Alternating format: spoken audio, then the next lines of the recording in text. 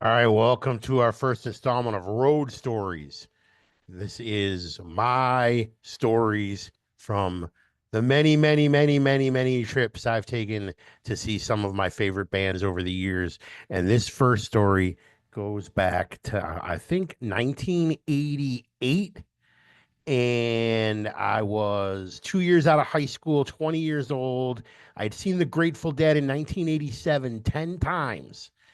And I don't know when in 88 this show came in, but pretty sure it was 88, maybe 89. Uh, Back when I was a lad, you didn't have cell phones, you didn't have internet, you didn't have a good way to know who was playing where.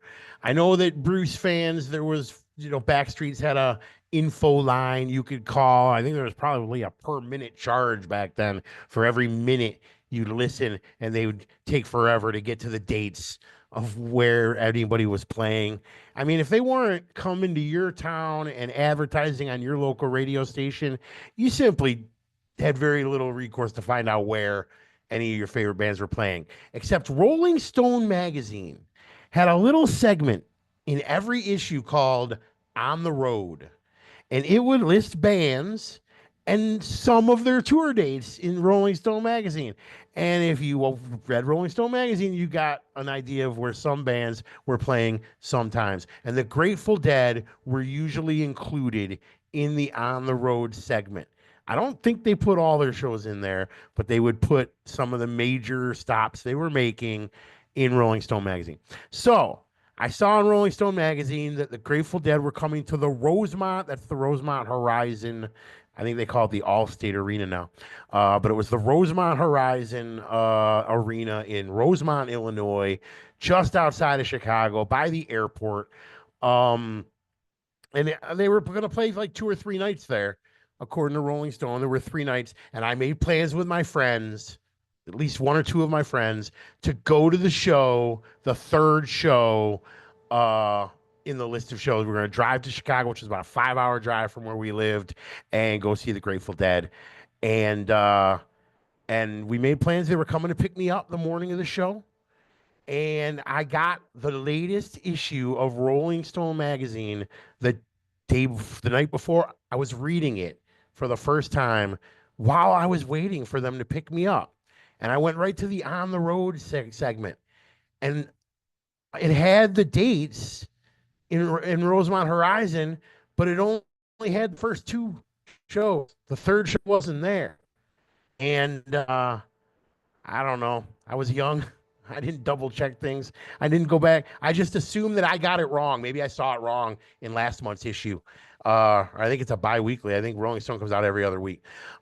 Maybe 2 weeks ago when I saw the issue, I got it wrong. There's no show today, and got really bummed. My friend came to pick me up, and we discovered. I told him there's no show, but we were still planning on driving to Chicago. So we thought, let's go to Second City. Let's go, where the Saturday Night Live people started. We'd never been to Second City. I think at that point we'd been to Second City one time, and during high school we drove there. This is a couple years after high school. We're like, let's go to Second City and still make a good weekend of it. We were planning on making this road trip anyway, so we call the Second City.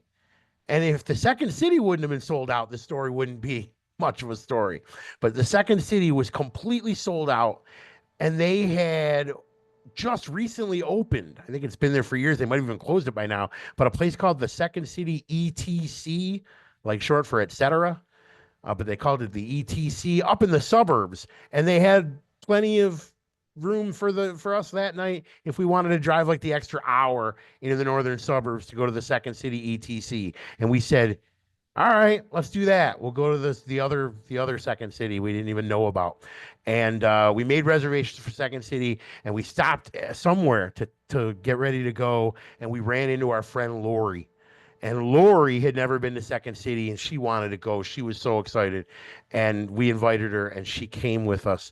So it was me and my friend Scott, and I think maybe one other person, and Lori, and we drove to Chicago to go up to the suburbs to see Second City ETC as like a a consolation prize for not going to see the Grateful Dead. In the meantime, and had we gone to the regular Second City in Chicago, we would have gone to Second City, and that would have been the end of the story. But as we're driving to the ETC, the freeway passes right by the Rosemont Horizon, and there is a fucking Grateful Dead show going on. There is there are pop-up campers and hippie. You can smell the patchouli oil as you're driving by on the freeway. There are VWs and hippies on the expressway holding up their fingers. And I was like, dude, this looks like a Grateful Dead show. We need to pull over and see what's going on. And we pulled over and we asked some hippie, hey, are the Grateful Dead playing here today? Today? And he was like, no, yesterday, which was what I thought it was yesterday because that's what Rolling Stone said. But then, he admitted he was playing us for fools because we were asking a stupid question. Anyway, the show was tonight. The misprint was in the current Rolling Stone. How could I not even think of that? We bought parking, we pulled in, and we began to look for tickets. And we found tickets, at least me and Scott, maybe I can't remember if there was a third person with us besides Lori. But Lori, she didn't want to see the Grateful Dead. She didn't want to spend money on the Grateful Dead. She didn't have much money.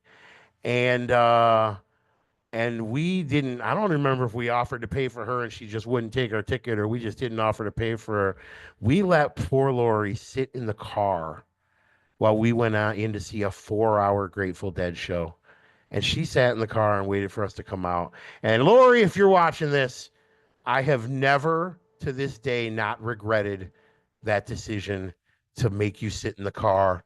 I don't know what I was thinking. That was awful. The show was amazing. It was one of the greatest times. I went on to see the Grateful Dead another 90 times after that. What a blast. I was glad we saw the Dead instead of going to Second City. But to this day, 40 years later, I'm sorry, Lori. We never should have. I think I felt bad that night. I think I apologized all the way home. I haven't talked to Lori in a long, long time, but Lori, I'm sorry.